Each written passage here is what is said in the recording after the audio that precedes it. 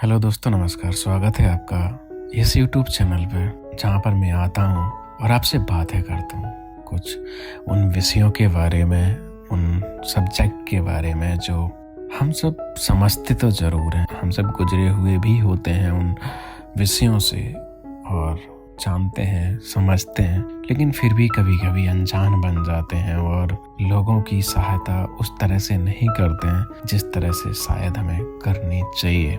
ये कहानी है सीमा की।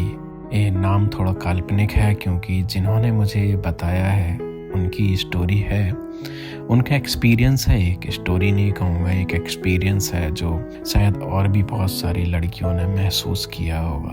और इस एक्सपीरियंस के बारे में मैं आपको बताऊंगा इसी चैनल पे और इसी वीडियो पे। तो आप जुड़े रहें वीडियो में अंत तक। और अगर आप इस चैनल पर नए हैं तो सब्सक्राइब कर लें, क्योंकि यहाँ पर मैं वही बात करता हूँ जो रियल लाइफ में होती हैं या जो रियल लाइफ से इंस्पायर्ड होती हैं। चलिए फिर बिना देर किए मैं शुरू करता हूँ आज का पॉडकास्ट। और द 9 PM पॉडकास्ट में आप सुनेंगे आज सीमा का एक्सपीरियंस। सीमा एक कॉलेज में पढ़ने वाली लड़की है जो अपनी BSc की 3rd ईयर में है और वो आगरा से बस पकड़ के अपने घर इटावा जा रही थी। हालांकि प्रॉपर इटावा में उसका घर नहीं था, इटावा से थोड़ी दूर जाके एक गांव में वो रहती थी। गांव का नाम सीमा ने छुपाने के लिए कहा है तो इसलिए मैं उसका नाम नहीं ले रहा हूँ, लेकिन बस आप ये समझिए कि वो आगरा से इटावा वाली बस में बैठी थी और जैसे ही वो अपने कॉलेज से छूटी अपने हॉस्टल गई। शनिवार का दिन था, आज से उसकी एंड सेमेस्टर ख़त्म हो रहे थे और एंड सेमेस्टर एग्ज़ाम ख़त्म करके वो अपने घर निकल रही थी। सोचा 10 दिन के लिए घर घूम आती हूँ, फिर न्यू सेमेस्टर का सेशन स्टार्ट होगा तो मैं आ जाऊँगी। तो बस सीमा ने अपना बैग पैक लिया, सामान पैक किया और चल दी। बस स्टैंड पहुंची। उसने रोडवेज की एक बस ली जो आगरा से इटावा चल रही थी, वही नॉन AC बस रोडवेज की। सीमा जब गई तो बस लगी हुई थी। वो जाके बैठी और कंडक्टर की तरफ जो 2 वाली सीट होती डबल वाली, उससे 3-4 सीट छोड़ के वो बैठ गई क्योंकि वो खाली थी और उसे विंडो सीट पसंद थी। तो वहीं पे एक विंडो सीट मिली उसे, तो विंडो सीट की तरफ बैठ गई। बस चलने ही वाली थी तो एक अंकल आए और उन्होंने पूछा कि बेटा ये सीट खाली है क्या। अंकल मैं यहाँ इसलिए कह रहा हूँ क्योंकि उनकी उम्र करीब शायद 50 के आसपास रही होगी और सीमा एक 22-23 साल की लड़की जो एक कॉलेज से BSc कर रही थी। सीमा ने कहा अंकल खाली है। अंकल बैठ गए। बस अपनी रफ्तार पकड़ने लगी थी। बस आगरा के ट्रैफिक से गुजरते हुए इटावा कानपुर हाईवे में आ गई थी। जब हाईवे पे बस स्पीड में चल रही थी तो अचानक से सीमा की धड़कनें बढ़ने लगी थी। और ये धड़कनें किसी और बात से नहीं थी। ऐसा नहीं है कि कोई घटना हो गई थी, ऐसा नहीं है कि उसे उसका रिजल्ट आने वाला था, ऐसा नहीं है कि शायद वो किसी एग्जाम के रिजल्ट का वेट कर रही थी, लेकिन हाँ उसकी धड़कनें बहुत तेज हो रही थी। और ये धड़कनें बढ़ने का जो कारण था वो कोई और नहीं था, वो थे वही अंकल जी जो सीट पर बैठ तो गए थे, लेकिन शायद सीमा उनकी बेटी की उम्र की होगी। सीमा ने स्लीवलेस टॉप पहना हुआ था और अंकल जी अपना हाफ शर्ट पहने हुए थे। क्योंकि वो बस की सीट इतनी छोटी होती है, अंकल जी काफ़ी हेल्दी थे, तो सीमा बिल्कुल सिमट के विंडो साइड बैठी हुई थी, लेकिन फिर भी अंकल जी का हाथ बार बार सीमा के हाथ से टकरा रहा था। सीमा को शायद लगा कि जगह इतनी है इसलिए ऐसा हो रहा है, लेकिन जैसे ही हाथ टच होता था सीमा को अच्छा नहीं लगता था।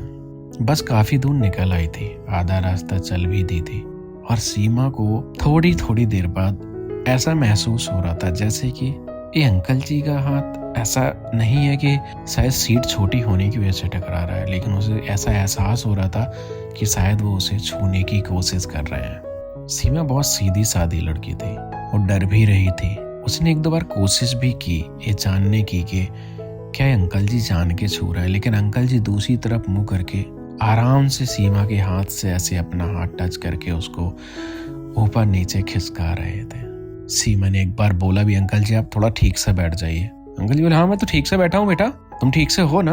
हाँ अंकल मैं ठीक हूँ, सीमा ने जवाब दिया। अब सीमा को ये महसूस होता रहा और उसकी धड़कनें बढ़ती रही, और ये जब कंफर्म हुआ तब जाके अंकल जी ने सीमा की जांघ पे हाथ रख दिया। अब सीमा एकदम से उठ खड़ी हुई। लोगों ने पूछा क्या हुआ? सीमा कांपने लगी थी, डर रही थी पूरी तरह से। उसने कांपते कांपते कहा अंकल जी मुझे छू रहे हैं। अब अंकल जी क्या थे कि अंकल जी तुरंत बोले अरे बेटा मैं कहाँ छू रहा हूँ, वो मैं तुम्हारे बाप की उम्र का हूँ और तुम मुझे ऐसे बोल रही हो, मैं कहाँ छू रहा हूँ तुमको? अरे आपने अभी मेरी जांघ पे हाथ रखा ना, आप कितनी देर से मेरा हाथ छूने की कोशिश कर रहे थे?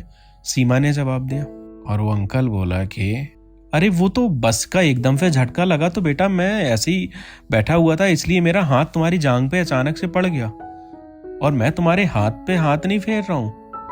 वो तो मैं थोड़ा सा हेल्दी हूँ तो बस की सीट छोटी है तो बस तुम्हारे हाथ से मेरा हाथ टच हो रहा है। और बेटा अगर तुमको इतना ही कुछ लगता है तो बस से मत आए जाया करो, तुम अपनी गाड़ी से जाओ या मोटरसाइकिल पे जाओ अपने घर वालों के साथ, ये तो बस छोटी है, इतना तो चलता ही है, इतना होता है ये सब। सीमा ने पूछा क्या होता है? अरे मतलब इतनी सीट छोटी होती है तो एक दूसरे से टच हो ही जाते हैं, कोई तुम्हें टच थोड़ी कर रहा था। मैं तो नहीं कर रहा था, तुम मेरी बेटी की उम्र की हो, तुम्हारी जितनी मेरी बेटी है वो भी कॉलेज में पढ़ती है, उस अंकल ने जवाब दिया। सीमा को और 2-3 लोगों ने बोला कि इवन एक लेडी वहाँ पे थी, उन्होंने बोला हाँ बेटा वो वैसे टच हो जाता है, वो सीट पे बैठे बैठे, सीट बहुत छोटी है ना, तुम डरो मत, हमें यहाँ पे है ना, तुम बैठ जाओ।